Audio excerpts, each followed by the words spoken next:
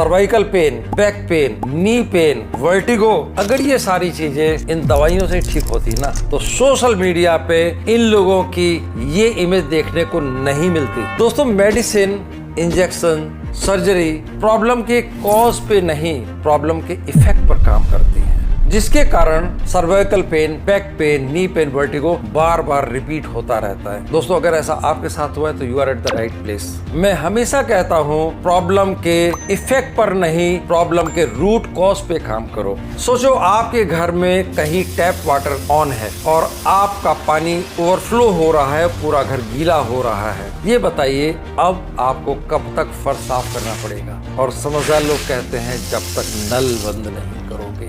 मैं कहता हूँ आप भी अपनी टैप्स ढूंढनी शुरू करें। और हम में से कई लोग अज्ञानतावश सिम्टम्स को ठीक करने में लगे रहते हैं। आज आपकी काफी प्रॉब्लम्स और बीमारियां गलत जानकारी की वजह से हैं, जैसे गलत बैठना, गलत खड़े होना और गलत सोना। दोस्तों, आप चाहे अमीर हो या गरीब, हमारी ह्यूमन बॉडी के रूल्स एक रिक्शे वाले के लिए भी वही रहेंगे और एक राजा के लिए भी वही हैं।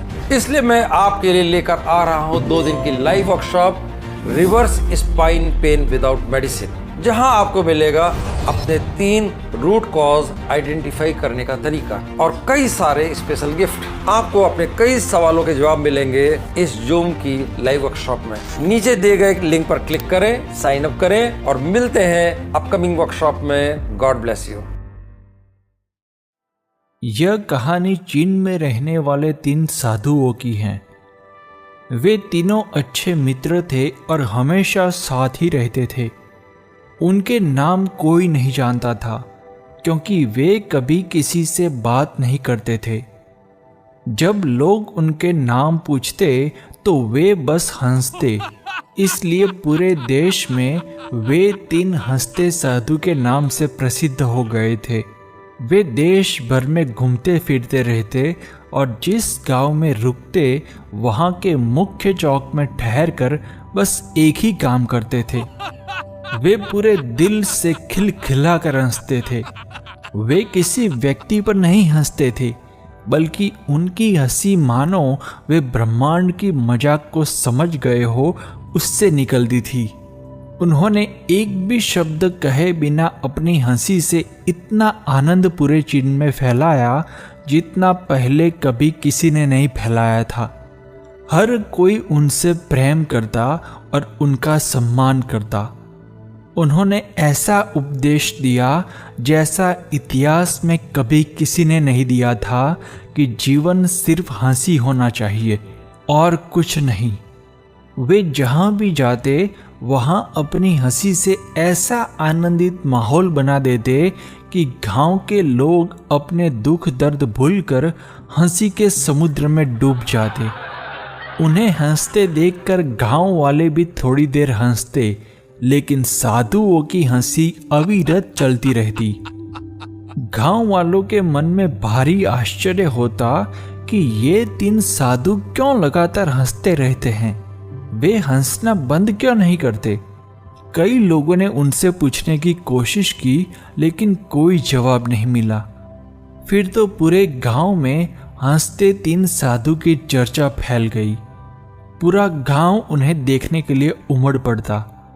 जो कोई भी उन्हें देखता वह पहले ही नजर में खिलखिला उठता। आखिर में पूरा गांव हंस रहा था और फिर तीनों साधु अपने नियम के अनुसार अगले गांव की ओर निकल पड़े। धीरे धीरे वे पूरे चीन में 3 हंसते साधु के नाम से प्रसिद्ध हो गए।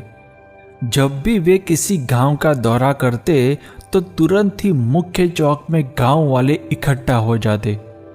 तीनों साधु अपनी सच्ची हंसी से जो आनंदित माहौल बनाते थे उसमें गांव वाले भी खिलखिला कर हंसते और हल्के फुल्के हो जाते। समय के साथ वे वृद्ध हो गए। एक दिन जब तीनों साधु हंस रहे थे तब एक साधु का निधन हो गया। यह देखकर वहां जमा गांव वालों को गहरा आघात लगा। हर कोई यह मान बैठा था कि अब उनकी हंसी रुक जाएगी। अब वे अपने साथी साधु के निधन पर विलाप करेंगे। लेकिन दो साधु मृत साधु के शरीर के पास खड़े होकर इतनी जोर से हंस रहे थे कि गांव वाले दंग रह गए। एक व्यक्ति गुस्से में आगे आकर पूछ बैठा, तुम हंस क्यों रहे हो? तुम्हारा साधु मित्र मर गया है। उसके निधन के शोक में कम से कम थोड़ी देर तो मौन रहो। क्या तुम्हें उसके मरने का दुख नहीं हो रहा? कम से कम अब तो अपनी हंसी का कारण बताओ। तब पहली बार गांव वालों ने उन दो साधुओं को बात करते सुना। एक साधु ने जवाब दिया, हम हंस रहे हैं क्योंकि यह व्यक्ति जीत गया। हमने शर्त लगाई थी कि पहले कौन मरेगा और इसने हमें हरा दिया है। हम अपनी हार पर और इसकी जीत पर हंस रहे हैं।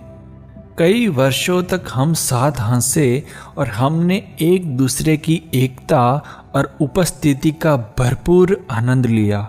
उसे अंतिम विदाई देने का इससे बेहतर और कोई तरीका नहीं है, इसलिए हम हंस रहे हैं।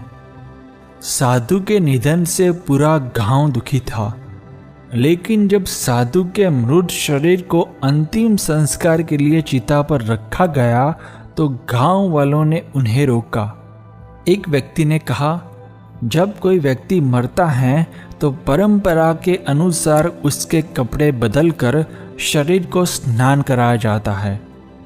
दूसरे साधु ने हंसते हुए कहा, मरने से पहले इसने हमें कहा था, अगर मैं पहले मर जाऊं तो मुझे स्नान मत कराना, क्योंकि मैं कभी अशुद्ध रहा ही नहीं। मेरे जीवन में इतनी हंसी भरी रही है कि कोई भी अशुद्धता मेरे पास भटक ही नहीं पाई। मेरी हंसी हमेशा सच्ची और जीवंत रही है, इसीलिए मुझे स्नान मत कराना और मेरे कपड़े भी मत बदलना। इन्हीं कपड़ों में मुझे चिता पर चढ़ाना। इसलिए मृत साधु की इच्छा का सम्मान करते हुए उन्होंने उसके कपड़े नहीं बदले। जब उसके मृत शरीर को आग लगाई गई तो अचानक उन्हें पता चला कि उसने अपने कपड़ों में कई चीजें छुपा रखी थी और वे चीजें थी चीनी पटाखे। आग लगते ही पटाखों से ऐसा माहौल बन गया जैसे कोई त्योहार हो। पूरे गांव में रोशनी और चमक फैल गई। यह देखकर सभी गांव वाले तालियां बजाते हुए जोर जोर से हंसने लगे। अरे वाह, ये शरारती मरने के बाद भी हमें फिर से हरा गया। क्या जबरदस्त है तेरी आखिरी हंसी, कहते हुए दोनों साधु पेट पकड़कर और जोर से हंसने लगे। मित्रों, तीन हंसते साधु एक संदेश देने आए थे कि जीवन को पूरी खुशी से जीना चाहिए। जन्म, जीवन और मृत्यु, इन तीन में से जन्म और मृत्यु हमारे हाथ में नहीं है, लेकिन इन दोनों के बीच धड़कता सांस लेता जीवन हमारे हाथ में है। जीवन में आने वाली परिस्थितियों के उतार चढ़ाव पर हमारा कोई नियंत्रण नहीं है, लेकिन इस दौरान हम अपनी मानसिक स्थिति कैसी रखें, इस पर हमारा पूरा नियंत्रण है। अगर जीवन की जीवंतता का भरपूर आनंद उठाना है तो हमें दो सरल फिलॉसफी को आत्मसात कर लेना चाहिए। पहली फिलॉसफी, जितना हो सके खुद को हल्के में लेना, हंसी मजाक में लेना। मैं कुछ खास हूँ, इस भ्रम में गलती से भी मत रहना। दूसरी फिलॉसफी, पूरे ब्रह्मांड में केवल परिवर्तन ही अटल है। Change is the only thing that is constant. इन दो सरल फिलॉसफी को यदि हम जीवन में आत्मसात कर लेंगे तो जीवन की चुनौतियों के बीच भी जीवंतता की लौ अडिग बनी रहेगी।